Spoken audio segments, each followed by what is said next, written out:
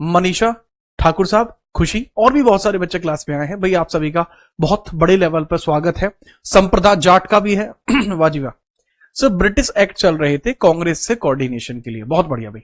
Sir round table conference हो चुका था बेटा, हो तो 1935 का अधिनियम भी चुका था। कहां से हो रहे थे तुम? चलो कोई नहीं। विकास ओझा आ चुके हैं। विकास ओझा का बहुत तगड़ा नाम है, आप जानते ही हैं। ठीक है, छोटा मोटा आदमी नहीं है भाई है। किसी दिन के होने की कहानी बताऊंगा कि क्या मैटर था इनका। खैर अभी आप हेडिंग डाल लीजिए 1940 अगस्त ऑफर। ब्रिटेन के द्वारा भेजे गए अधिनियम, सारे ही अधिनियम ब्रिटेन ने भेजे थे भाई, लेकिन ब्रिटेन के द्वारा भेजे गए वो अधिनियम जिसके कारण कोऑर्डिनेशन स्थापित हो पाया था किस किस के मध्य, कांग्रेस के मध्य और अपनी जो ये ब्रिटेन गवर्नमेंट है उसके मध्य। तो हेडिंग आप डाल लेंगे फटाफट से। टॉपिक है हमारा अगस्त ऑफर 1940 है भाई। ये लीजिए, ये लास्ट स्लाइड थी जो हमने यूज करी थी, और इस लास्ट स्लाइड में हम बात जो करने वाले थे वो क्या था जी, अगस्त ऑफर 1940। ठीक है, तो हेडिंग भैया डाल लीजिए अगस्त offer 1940 without any kind of issue.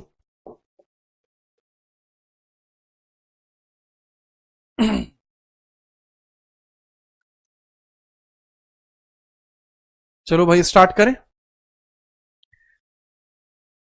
August offer 1940।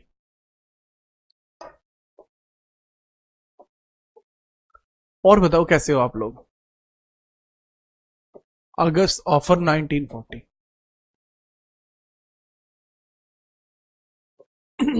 एक सवाल पूछा जाएगा कि भारत के अंदर जो अगस्त ऑफर भेजा गया, जब भारत के अंदर अगस्त ऑफर भेजा गया उस समय ब्रिटेन के पीएम कौन थे? तो आप बताएंगे कि जब ये भेजा गया ना, तो इस समय जो ब्रिटेन के पीएम थे वो कौन थे?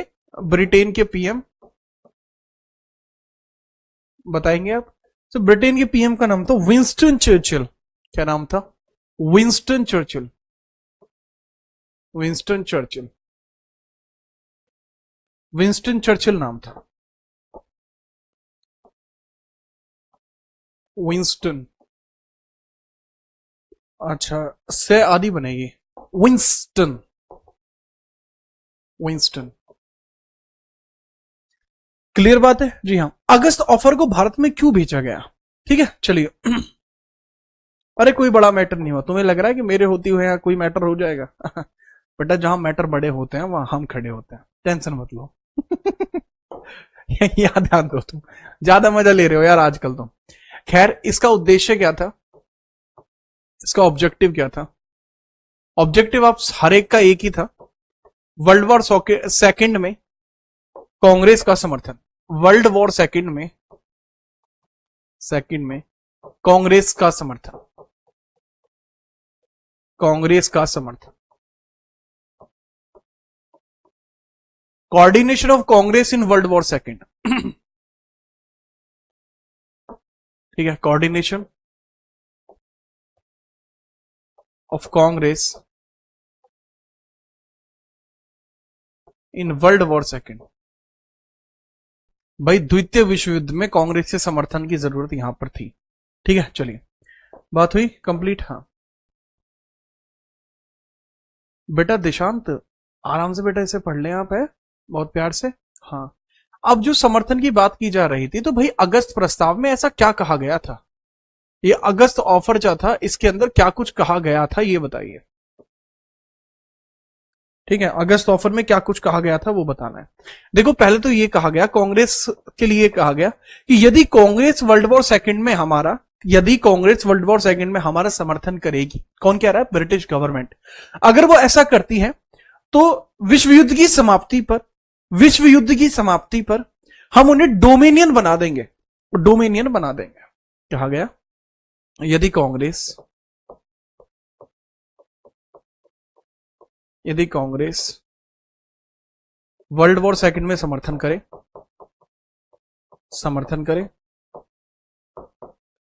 समर्थन करे तो युद्ध की समाप्ति पर डोमिनियन बनाए जाने की मांग पर विचार करेंगे। करे तो डोमिनियन, डोमिनियन बनाए जाने की मांग पर, जाने की मांग पर विचार करेंगे। पर विचार करेंगे।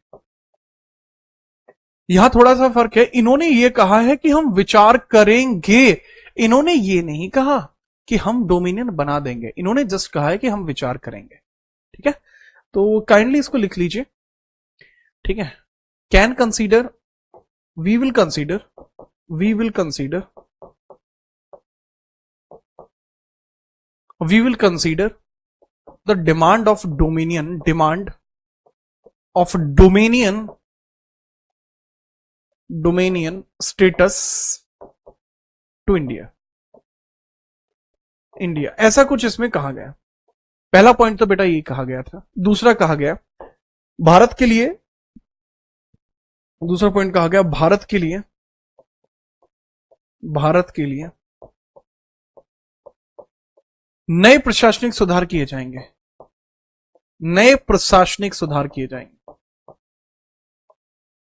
नए प्रशासनिक सुधार किए जाएंगे, नए प्रशासनिक सुधार की बात की गई है। व्हाट इज डोमिनियन, बेटा अगले एक्ट में देख लेना प्रीत, अगले एक्ट में डोमिनियन को एक्सप्लेन किया हुआ है, तब समझना।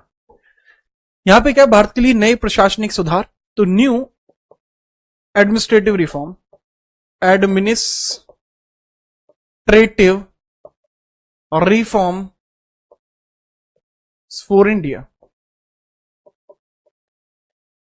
इंडिया के लिए अलग से जो रिफॉर्म्स हैं उनकी कही जाने की बात भी की गई थी। तो इसके अंदर कई सारी इस तरीके की बातें जो है भैया करी गई हैं। लेकिन बात पता है क्या है, इंडियंस को अब ना तो डोमिनियन चाहिए था, इंडियंस चाह रहे थे कि ना तो अब उन्हें डोमिनियन चाहिए और ना ही उन्हें प्रशासनिक सुधार चाहिए, हम अपने आप कर लेंगे, ब्रिटिशर्स को बीच में आने की कोई जरूरत नहीं है, ऐसा कुछ कहा गया है। तो इसी चीज की कंसीडरेशन की वजह से भारतीयों ने इसको ठुकरा दिया, भारतीयों ने इसको ठुकरा दिया, भारतीयों ने इसे ठुकरा दिया, इसे मना कर दिया, मना कर दिया। That means Indians denied, Indians denied, Indians denied. Indians ने क्या कर दिया भाई, डिनाई कर दिया है, इंडियंस ने पूरी तरीके से कर दिया है मना कि भाई ऐसा तो संभव नहीं है। अच्छा, इसी में नेहरू ने एक स्टेटमेंट दिया था, नेहरू क्लेम्ड, नेहरू कौन है मालूम है ना आपको, जवाहरलाल नेहरू की बात कर रहा हूं मैं। तो जवाहरलाल नेहरू ने एक बात कही थी, जवाहरलाल नेहरू ने कहा, क्या कहा जवाहरलाल नेहरू ने, जवाहरलाल नेहरू ने एक बड़ी खास बात कही। नेहरू सेड कि this act is only new status of slavery, ये गुलामी का एक नया हथियार है, इससे हम फिर से गुलाम बन जाएंगे, इन्होंने ऐसा कहा। दूसरा इन्होंने एक और बात कही, इन्होंने एक और बात कही जेएल नेहरू ने, यहां पे क्लियर करते हुए नेहरू ने एक्सक्लेम किया कि भाई this act is just as dead as doornail. इन्होंने कहा था अगस्त ऑफर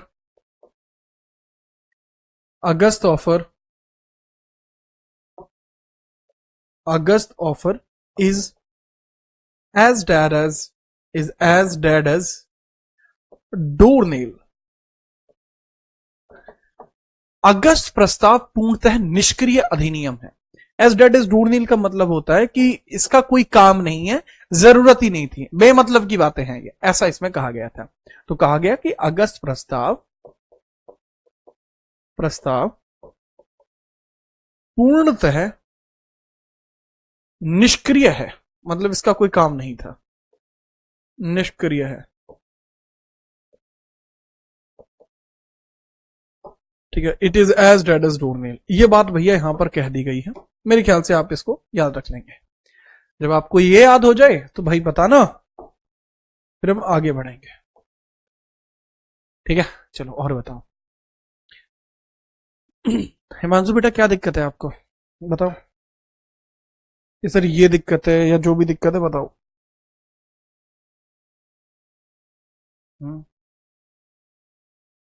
लाइट बहुत ज्यादा लग रही है, मुझे लग रहा है कि बहुत ज्यादा लाइट है।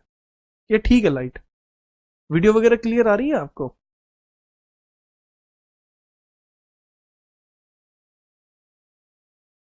हम्म।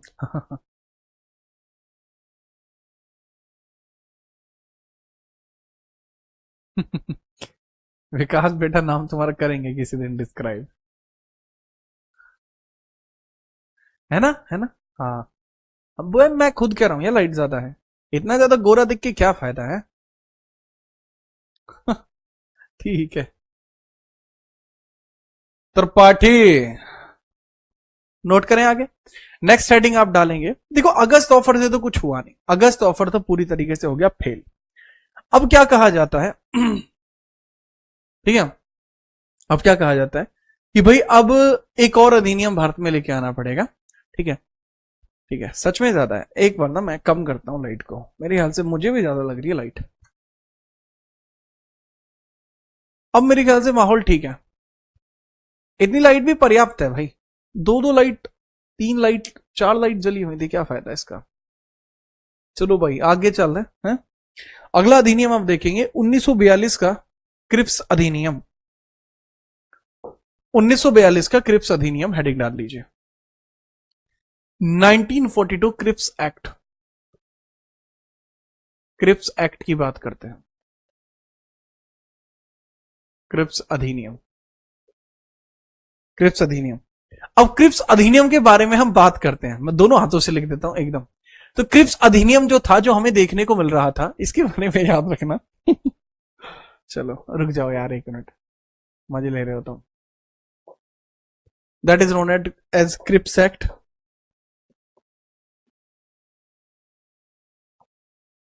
पूछा जाता है कि इसको किस ब्रिटेन के पीएम ने भारत में भेजा था, इस समय ब्रिटिश पीएम कौन था, ब्रिटिश पीएम कौन था, विंस्टन चर्चिल ही था, विंस्टन चर्चिल ही था,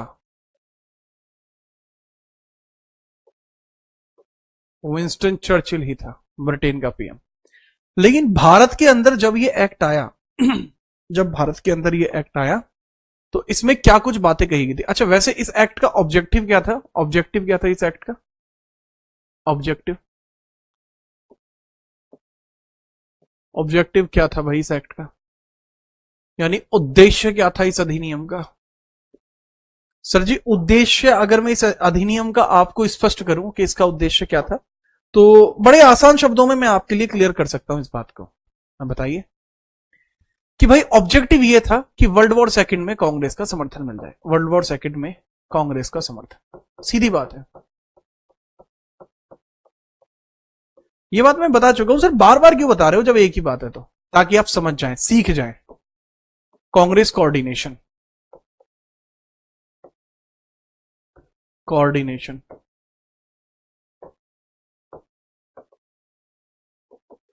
ये बात यहां पर कही गई थी। अब क्रिप्स अधिनियम जब भारत में आया, तो इसके अंदर आपको, क्रिप्स अधिनियम जब भारत में आया तो इसके अंदर आपको कौन कौन सदस्य देखने को मिलते हैं, कौन कौन इसको भारत में लेकर आए, मेंबर्स कौन कौन आपको देखने को मिले, मेंबर्स आपको कौन कौन देखने को मिले। सबसे पहले बात करते हैं कि अध्यक्ष कौन था। अध्यक्ष एक अलग व्यक्ति था, अन्य सदस्य इसमें अलग थे।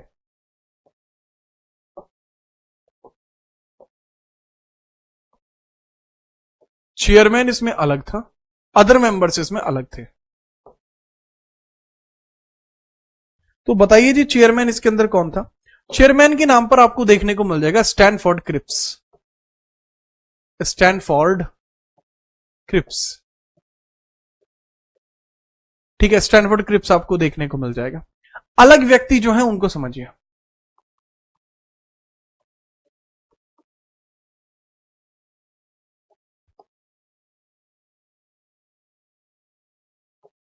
और इसी क्रिप्स की वजह से इसका नाम क्रिप्स एक्ट था, ठीक है।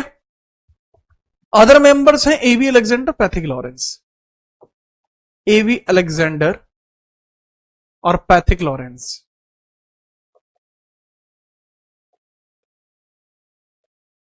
ठीक है, पैथिक लॉरेंस और एवी अलेक्जेंडर, पैथिक लॉरेंस और एवी अलेक्जेंडर आपको देखने को मिल जाएंगे, ठीक है ना, ठीक है। अब क्रिप्स अधिनियम के अंदर कही जाने वाली प्रमुख बातें क्या थी, इसमें क्या कुछ प्रमुख बातें कही गई। प्रमुख बातें इसमें क्या कही गई हैं? इंपोर्टेंट पॉइंटर्स आप बताइए, इंपोर्टेंट पॉइंट्स आप इसमें बता दीजिए कि क्या कुछ इंपोर्टेंट पॉइंट्स आपको देखने को मिल रहे थे। सबसे पहले कहा गया कि क्रिप्स अधिनियम, अगर कांग्रेस ने हमारा समर्थन किया, यानी अगर कांग्रेस ने हमारा समर्थन किया तो हम भारत को डोमिनियन राज्य बना देंगे, तो भारत को डोमिनियन राज्य बना देंगे तुरंत, डोमिनियन राज्य का दर्जा। नियन, अब यहां डोमिनियन क्या होता है अभी बताता हूं। डोमिनियन राज्य का दर्जा, दर्जा, ठीक है। इसका मतलब है कि डोमिनियन स्टेटस टू इंडिया, नियन स्टेटस टू इंडिया। डोमिनियन राज्य वो राज्य होते हैं जो अपने इंटरनल मैटर्स पर डिसीजन ले पाए। कोई भी देश होता है उसमें दो तरीके के डिसीजंस होते हैं, एक इंटरनल और एक एक्सटर्नल। अगर कोई अपने इंटरनल मैटर्स पर डिसीजन ले पा रहा है, इंटरनल मैटर्स पर डिसीजन, तो ऐसी स्थिति में वो राज्य कहलाएगा आपका डोमिनियन। अगर वो इंटरनल मैटर्स पर डिसीजन ले रहा है, एक्सटर्नल पे नहीं ले रहा है, तो भाई डोमिनियन है। इंटरनल और एक्सटर्नल दोनों पे ले रहा है तो सॉवरन है, ठीक है। तो एक ऐसा क्षेत्र जो अपने आंतरिक मामलों में खुद निर्णय ले पाए, वो डोमिनियन होता है। नेक्स्ट दूसरी बात कही गई कि भारत के लिए निर्वाचित सदस्यों द्वारा संविधान सभा, हाँ बिल्कुल भाई बिल्कुल। दूसरी बात, भारत के लिए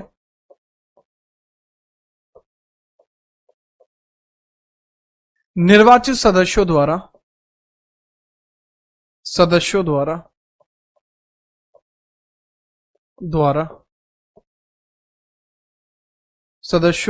संविधान सभा।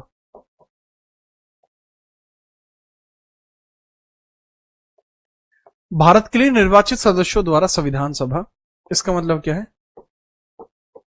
Constituent assembly, constituent assembly bye elected members,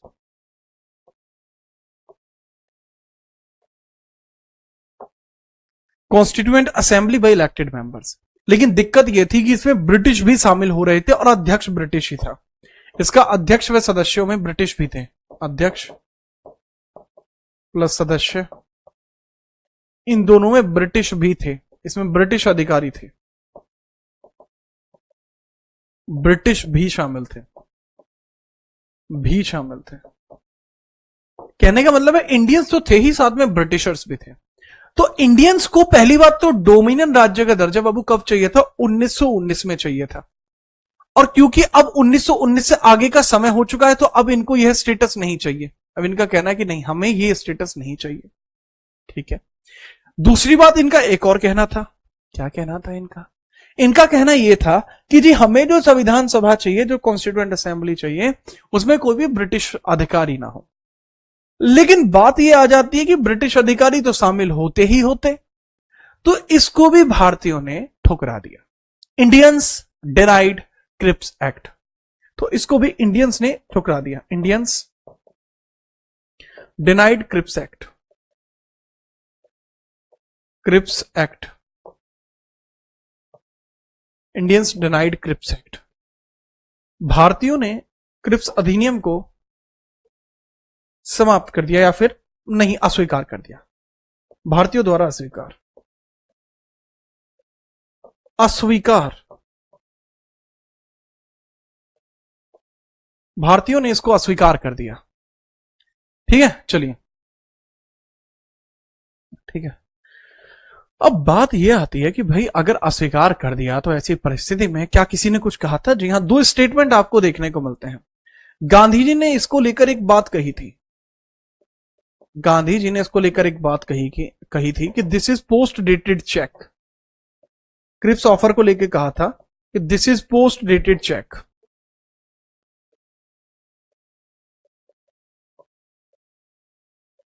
post dated cheque. क्या कहा था? This is post dated cheque. यह है, ठीक है, पूर्वकालिक तिथि का चेक है, पूर्वकालिक तिथि का चेक है। इसका कहने का मतलब है कि जो चीज आप आज दे रहे हो ना, ये हमें बहुत पहले चाहिए थी। ठीक है, चलो याद रखना। नेहरू ने भी लेकर कुछ कहा था। नेहरू ने भी कहा था, नेहरू जी ने कहा था कि this is post dated check upon A crash bank. उन्होंने कहा था this is post dated cheque, post dated check upon A crash bank, upon A crash bank. कि भाई ये पोस्ट डेटेड चेक है एक क्रैश बैंक पर, ये पोस्ट डेटेड चेक अपॉन ए क्रैश बैंक। और यहां क्रैश बैंक किसको कहा गया था? ब्रिटेन को कहा गया था। ठीक है, एक ऐसे बैंक का चेक जिसकी देय क्षमता इतनी नहीं है। तो ये कुछ बातें भैया क्रिप्स अधिनियम में कही गई, पर यह भी भारत में किसी काम नहीं आया। तो ऐसी परिस्थिति में अब हम अगले अधिनियम की बात करेंगे, लेकिन आप पहले मुझे बताइए कि आपने नोट किया, आपको ये समझ में आया और कैसे हैं आप, ये बात बताओ। कुछ कहेंगे? Yes sir. वाह बेटा, हो जाएगी निशु। आप कैसे हो? मैं बिल्कुल ठीक हूं। लास्ट वाली लाइन को हिंदी में लिख दो बेटा, इंग्लिश में ही लिखनी है ये। पूर्वकालिक तिथि का चेक एक ऐसे बैंक द्वारा जिसकी देय क्षमता नहीं।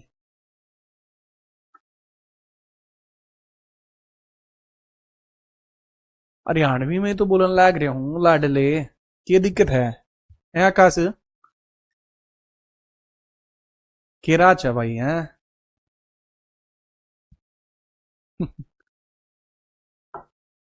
कोई बात नहीं अवंतिका। इसके बाद अब होता क्या है, इतना कुछ इंडियंस को ऑफर किया गया, लेकिन इंडियंस ने उन सभी चीजों को कर दिया डिनाई। इंडियंस का कहना था कि नहीं, ऐसा नहीं हो सकता है, ये संभव नहीं है। तो इसके बाद देखते हैं क्या होता है।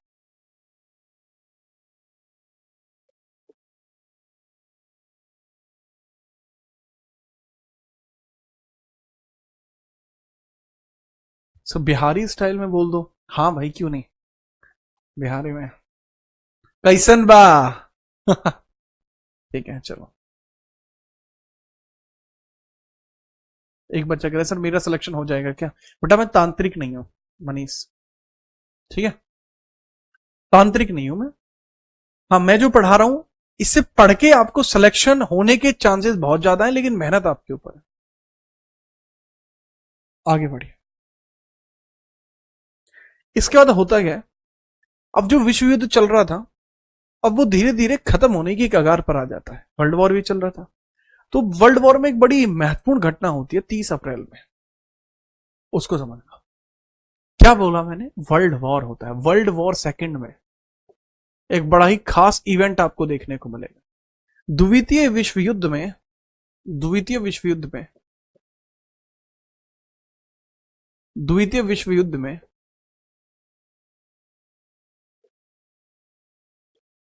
इन सेकेंड वर्ल्ड वॉर, द्वितीय विश्व युद्ध में कब से कब तक चला है? 1939 से लेकर 45 तक चला है। तो जो द्वितीय विश्व युद्ध है, द्वितीय विश्व युद्ध में एक बड़ी महत्वपूर्ण सी घटना आपको देखने को मिलेगी। अडोल्फ हिटलर ने सुसाइड कर लिया। अडोल्फ ने कब सुसाइड किया था? अप्रैल में किया था, 30th ऑफ अप्रैल, 30 अप्रैल 1945 में हिटलर ने सुसाइड कर लिया। Hitler committed suicide, Hitler committed suicide, Hitler committed suicide, Hitler committed suicide. Hitler भाई ने कर ली आत्महत्या। ठीक है, कहां का था ये? He was from Germany, Germany का था, जर्मनी। ठीक है, तो यहां पे जैसे मैंने बताया हिटलर ने क्या कर लिया? सुसाइड कर लिया, आत्महत्या। अब जैसे ही इसने आत्महत्या करी, माहौल बदल गया पूरा। माहौल क्या बदल गया कि भाई जैसे ही हिटलर ने जर्मनी के यहां पे सुसाइड किया तो इसके बाद जर्मनी ने और इटली ने सरेंडर कर दिया। इस घटना का क्या प्रभाव पड़ा वो समझिए।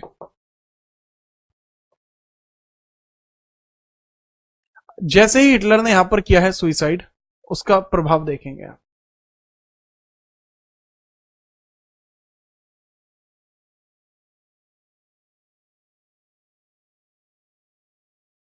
और जैसे मैंने बताया यहां पर, जैसे ही इसने यहां पर सुसाइड किया है तो जर्मनी और इटली ने, इन दोनों ने क्या कर दिया, सरेंडर कर दिया। Surrender in world war second. इन दोनों ने मिलकर वर्ल्ड वॉर सेकेंड में बाबू सरेंडर कर दिया है। Surrendered in world war second. Surrender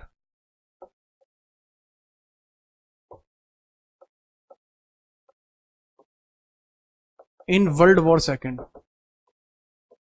surrender in world war second. भाई द्वितीय विश्व युद्ध में इन्होंने सरेंडर कर दिया है कि हाँ भाई हम सरेंडर कर देते हैं। ठीक है, याद रखना। अब भाई इन्होंने आत्मसमर्पण कर दिया, समर्पण कर दिया है। लेकिन बावजूद उसके जापान अभी भी अपना युद्ध लड़ रहा है। Japan is still fighting their own war. Japan अभी भी युद्ध लड़ रहा है, but Japan is still, but Japan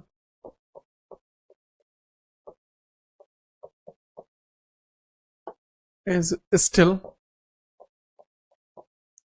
but Japan is still fighting its war, still fighting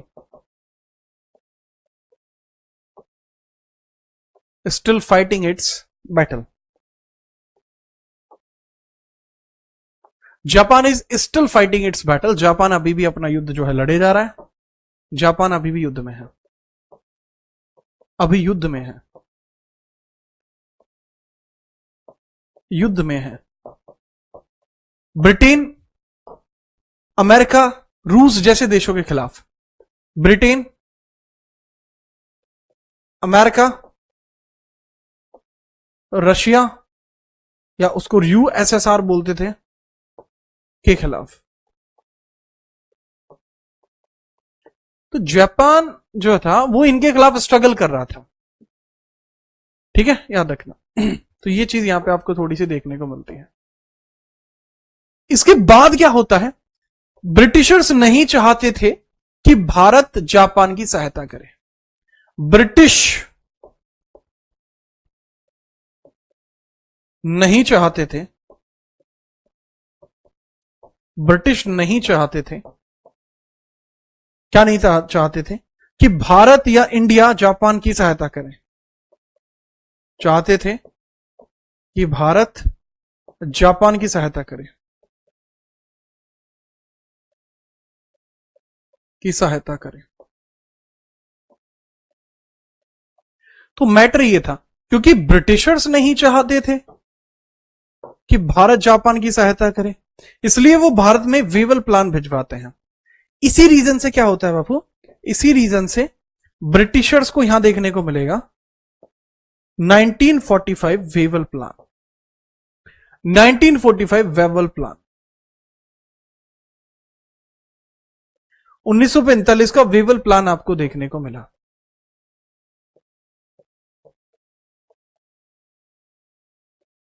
Wavell plan आपको देखने को मिला। ठीक है, नोट करो। एक बच्चे का कहना है, सर क्या आपके पापा डॉक्टर है? जी हाँ, क्या करना है आपको बताओ। छोटा मोटा डॉक्टर तो मैं भी हूं। बताओ भाई, और बताओ क्या मौज चल रही है आपकी? मजे आ रहे हैं फुल? देखो मजे आने जरूरी है, फुल ही मजा आ जाएगा।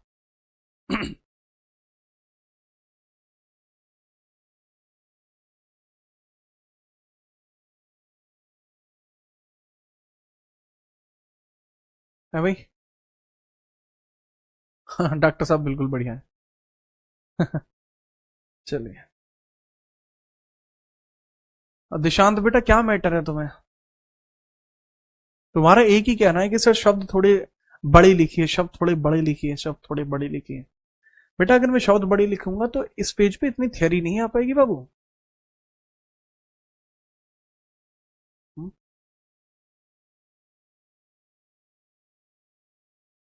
और दीक्षांत, जो साहसी लोग होते हैं ना वो कंप्लेंट नहीं करते हैं।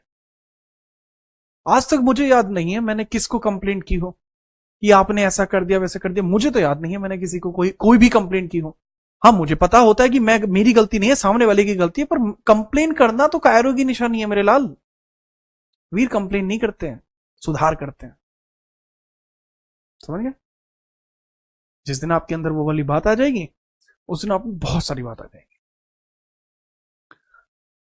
खैर आगे बढ़ते हैं और वेवल प्लान की बात करते हैं कि what is Wavell plan. Wavell plan क्या है, वेवल प्लान का डिस्कशन हम करते हैं। ठीक है 1945 वेवल प्लान, 1945 का वेवल प्लान। अब वेवल प्लान का नाम वेवल प्लान क्यों था?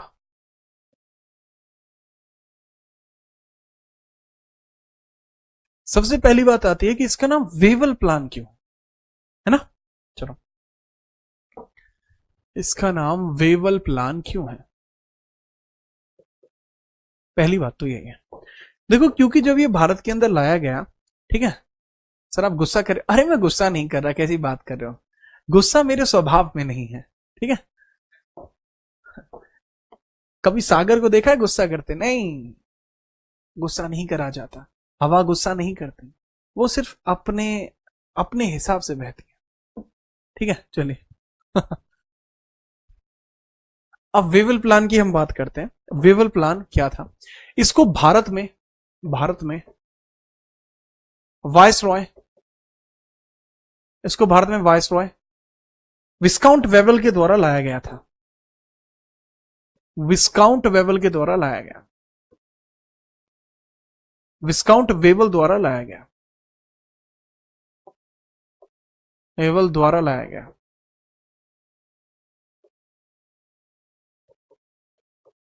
विस्काउंट वेवल द्वारा लाया गया। तो विस्काउंट वेवल जो थे उन्होंने इसको भारत में इंट्रोड्यूस किया। इस समय क्या थे? वो वाइस रॉय थे।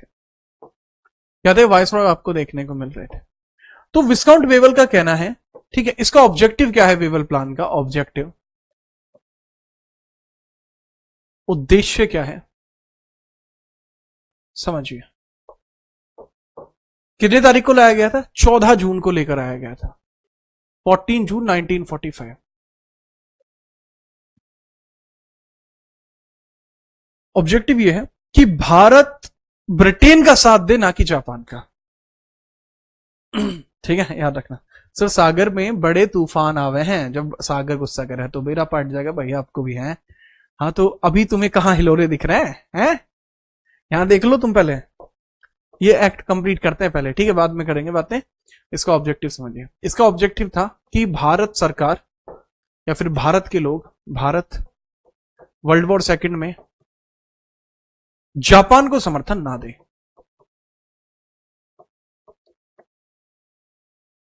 समर्थन न दे। India must not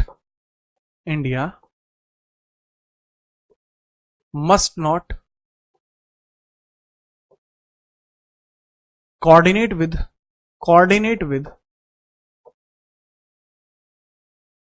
Japan in World War II. India must not coordinate with Japan in world war second. ठीक है चलिए, ठीक है सर जी। तो ऐसी चीज के लिए, क्योंकि ये तो ऑब्जेक्टिव हो गया कि हाँ ठीक है इसका उद्देश्य ये था, लेकिन इसके लिए जब कोई भी प्लान आता है तो उसकी एक नियत तय होती है कि उसमें क्या होने वाला है क्या नहीं। तो इसके अंदर मुख्य बातें क्या कही गई थी, इसके अंदर प्रमुख बातें क्या कही गई थी, इंपोर्टेंट पॉइंट्स क्या दिए गए थे?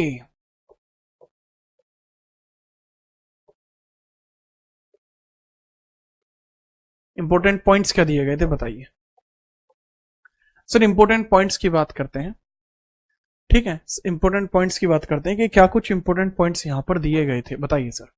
भाई सबसे इंपोर्टेंट पॉइंट यहां पे दिया गया, काफी इंपोर्टेंट रहेगा कि भारत में कार्यकारी सरकार का गठन होना। अच्छा, पहली बात इसमें ये कही गई थी, द्वितीय विश्व युद्ध की समाप्ति पर भारत को आजादी मिल जाएगी। कहा गया वर्ल्ड वॉर सेकंड की समाप्ति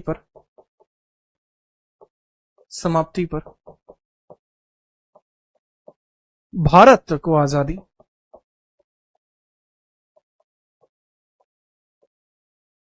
India will be independent India will be independent India will be independent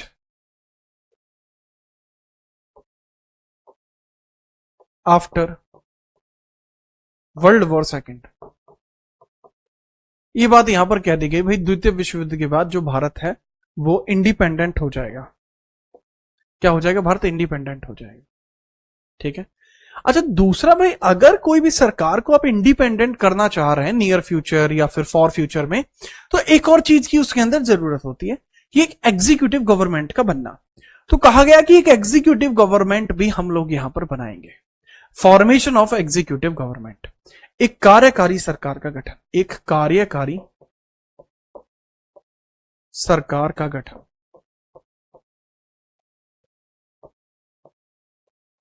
एक कार्यकारी सरकार का गठन, कि भाई हम एक कार्यकारी सरकार का गठन करने वाले हैं। एग्जीक्यूटिव गवर्नमेंट का फॉर्मेशन, कैसी? कार्यकारी, एक एग्जीक्यूटिव गवर्नमेंट का गठन, एग्जीक्यूटिव गवर्नमेंट।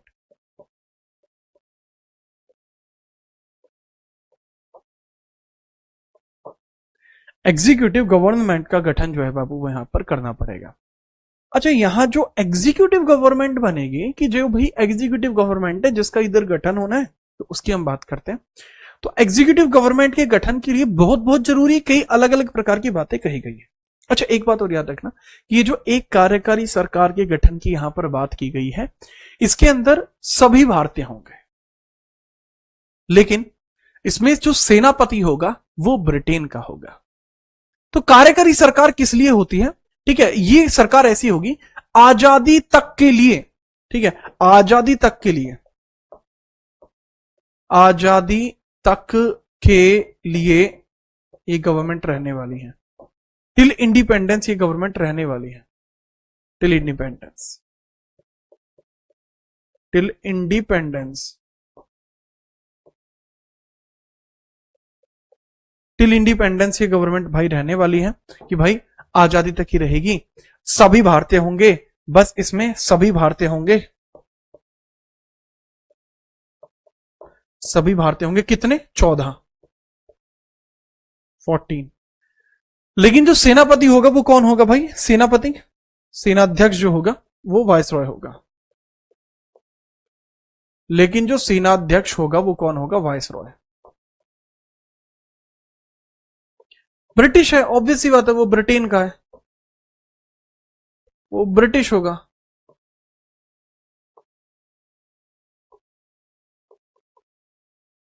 मगर सर काफी इंटरेस्टिंग है,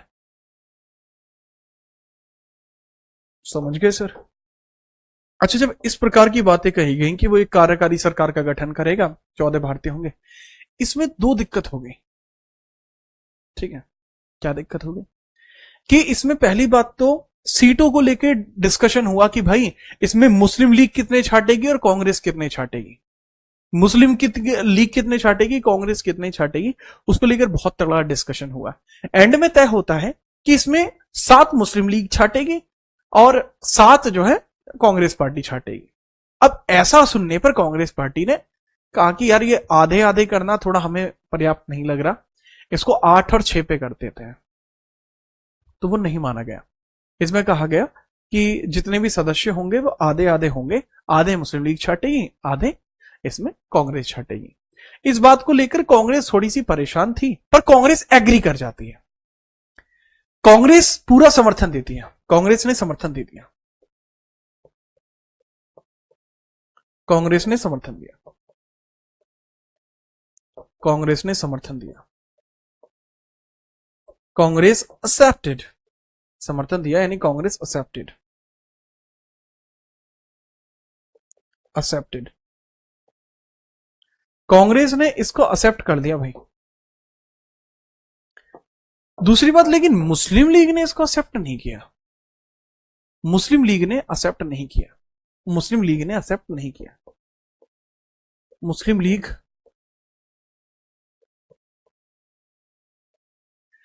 मुस्लिम लीग ने क्या कहा?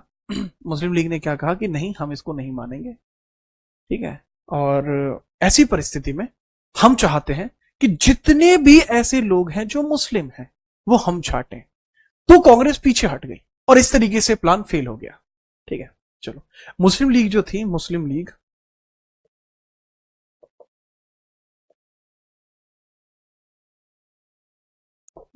जो थी, इसने क्या काम करा भाई? इसने कहा कि सभी मुस्लिम हम छांटेंगे, सभी मुस्लिम हम नियुक्त करेंगे। We will appoint all Muslims, हम नियुक्त करेंगे, नियुक्त करेंगे। और ये जो चीज है, इसकी वजह से क्या हो गया? ये इस कारण यह विफल हो गया, इस कारण यह विफल हुआ, यह विफल हुआ। It is the reason of failure. क्योंकि अगर ऐसा हो जाता कि सारे मुस्लिम लीग ही छाटती, तो इस परिस्थिति में मेरे बच्चे वेवल प्लान के बाद ही क्लियर हो जाता है कि कांग्रेस मुस्लिमों के लिए नहीं है, कांग्रेस ये नहीं चाहती थी। इस वजह से प्लान फेल हो गया। थैंक यू सीमा स्वामी।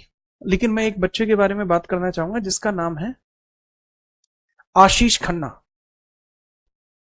आशीष खन्ना वो पहला छात्र बना क्लास का जिसने क्लास में आकर ये कहा कि सर मुझे समझ नहीं आ रहा। क्या बात है आशीष, मजा ही आ गया। आशीष बेटा, कितनी देर हो गई है आपको क्लास में आए हुए? क्योंकि आपका नाम आज मैं पहली बार पढ़ रहा हूं, पहली बार। इसका मतलब है कि आप मतलब जो शुरुआत से तो क्लास नहीं ले रहे, और अगर आप बीच में से क्लास ले रहे हो तब आप ये कह रहे हो कि सर समझ में नहीं आ रहा, तो सही नहीं आ रहा, आना भी नहीं चाहिए ना बाबू। रीजन क्या है कि जो इतने बच्चे क्लास में ऑलरेडी बैठे हुए हैं, वो पीछे 10 दिन से लगातार मेहनत कर रहे हैं, तब उनको ये बात समझ में आ रही है। ठीक है।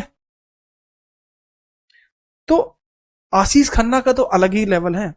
ये वही बच्चे हैं कि इनको क्या है कि इनको लगता है कि सिलेक्शन मैगी है, 2 मिनट में बना लेंगे।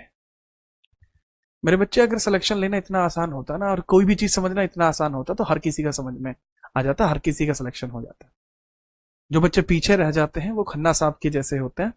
खन्ना साहब आते हैं 10 दिन में, अरे आज क्या है, कुछ नहीं है करने को, चलो क्लास लेते हैं। क्लास में पहुंचे, अरे सर समझ में नहीं आ रहा। सर क्यों नहीं आ रहा? मैं तो सर 10 दिन में आया हूं, मुझे क्या मतलब, मुझे समझ में आओ। बेटा, आपको रेगुलर मेहनत करनी पड़ेगी। अगर आप रोज पढ़ोगे ना खन्ना साहब, तो आपको आ जाएगा, टेंशन मत लो। मैं कभी किसी के लिए ऐसे नहीं कहता। और मैं तो खुद चाहता हूं कि आपका जो है सिलेक्शन जरूर हो और बहुत जल्दी हो। ठीक है। लेकिन उसके लिए यार समझो आप, है ना। हाँ, आपका क्या है कि थोड़ी मेहनत करो। बीच में से आके कमेंट में लिखने से समझ में नहीं आता मेरे लाल। कमेंट में लिखने से समझ में नहीं आता। कमेंट में अगर आपने ये लिखा होता कि सर मुझे एग्जीक्यूटिव गवर्नमेंट नहीं पता, तो मैं बताता। आपने लिखा होता सर जापान को समर्थन क्यों ना दे, मैं बताता। वाइसरॉय कौन होते हैं, फिर भी मैं बताता। समझ में नहीं आ रहा क्या होता है भाई। खैर कोई बात नहीं, अभी आप धीरे धीरे सीखेंगे, आपको बहुत कुछ सीखना बाकी है। अभी तो आप नई उम्र के युवा हैं, तो युवाओं से इस प्रकार की गलतियां अक्सर हो जाती हैं। कोई बात नहीं, कमेंट कर दो कम से कम, डरो मत, टेंशन मत लो। ठीक है। और मेरे मन में किसी को लेकर कोई द्वेष भावना नहीं रहती कभी भी। ठीक है। आप मेरे लिए छात्र हैं और मैं चाहूंगा कि आपका जल्दी सिलेक्शन हो। अच्छा, जो बात मैंने अभी आपको यहां बताई कि भाई वेवल प्लान आया था, वेवल प्लान में बहुत अलग अलग बातें जो है इधर करी जा रही है, लेकिन वेवल प्लान देश के लिए बहुत जरूरी है। अगर वेवल प्लान एक्सेप्ट कर लिया तो वर्ल्ड वॉर सेकंड की समाप्ति के बाद आजादी मिल जाएगी, क्लियर। कि सर ये तो बहुत इंटरेस्टिंग बात है, लेकिन फेल हो गया ना वेवल प्लान। ठीक है। It was unsuccessful. और क्योंकि ये अनसक्सेसफुल हो गया, ठीक, सर कांग्रेस ने समर्थन क्यों दिया? क्योंकि कांग्रेस चाहती थी कि भारत जल्दी से जल्दी आजाद हो, इसलिए। ठीक है, इसलिए कांग्रेस ने समर्थन दिया। दौली भाई आगे देखिए। अब वेवल प्लान पर पुनर्विचार करने के लिए एक और समझौता हुआ। वेवल प्लान पर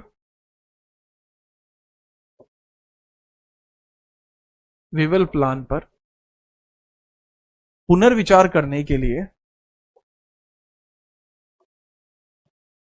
पुनः विचार करने के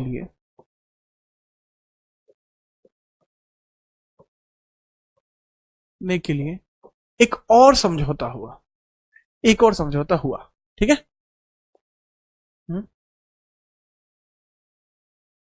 एक और समझौता हुआ, ठीक है, या फिर करने के लिए एक और समझौता।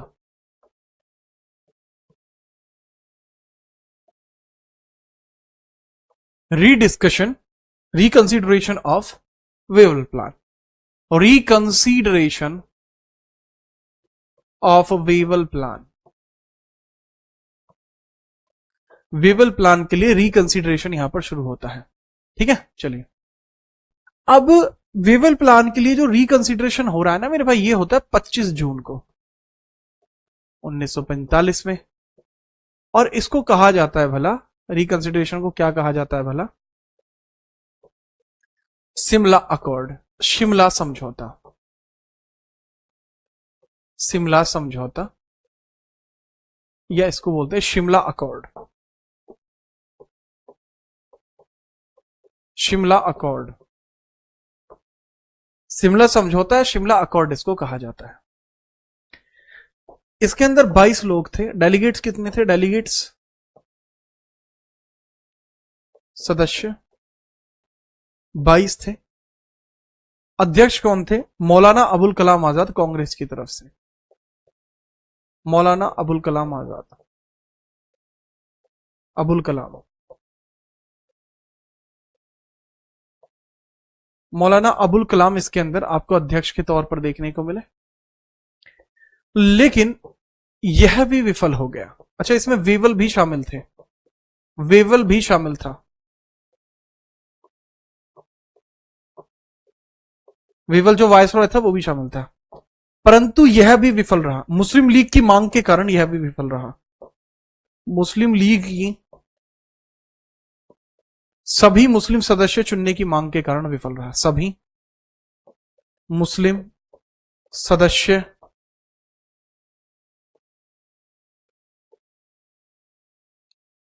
की चयन की मांग के कारण विफल, की चयन, सभी मुस्लिम सदस्यों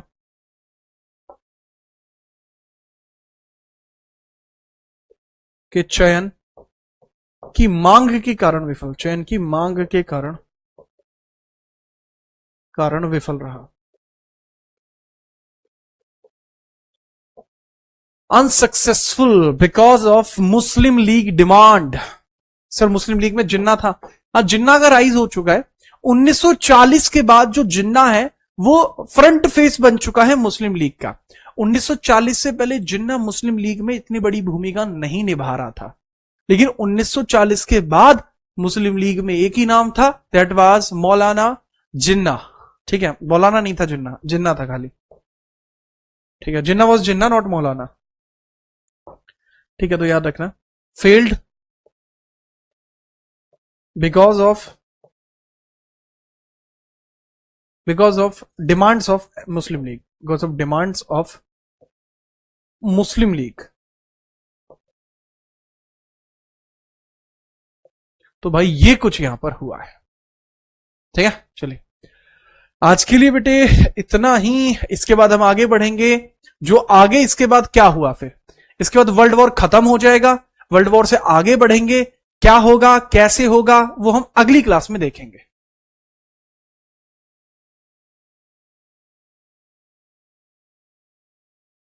अगर आपको समझ में आ गया तो आप बता दीजिए,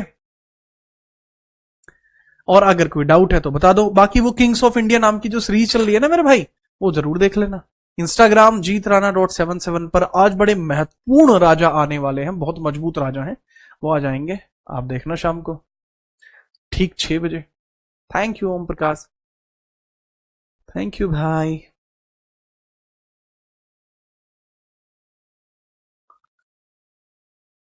ठीक है,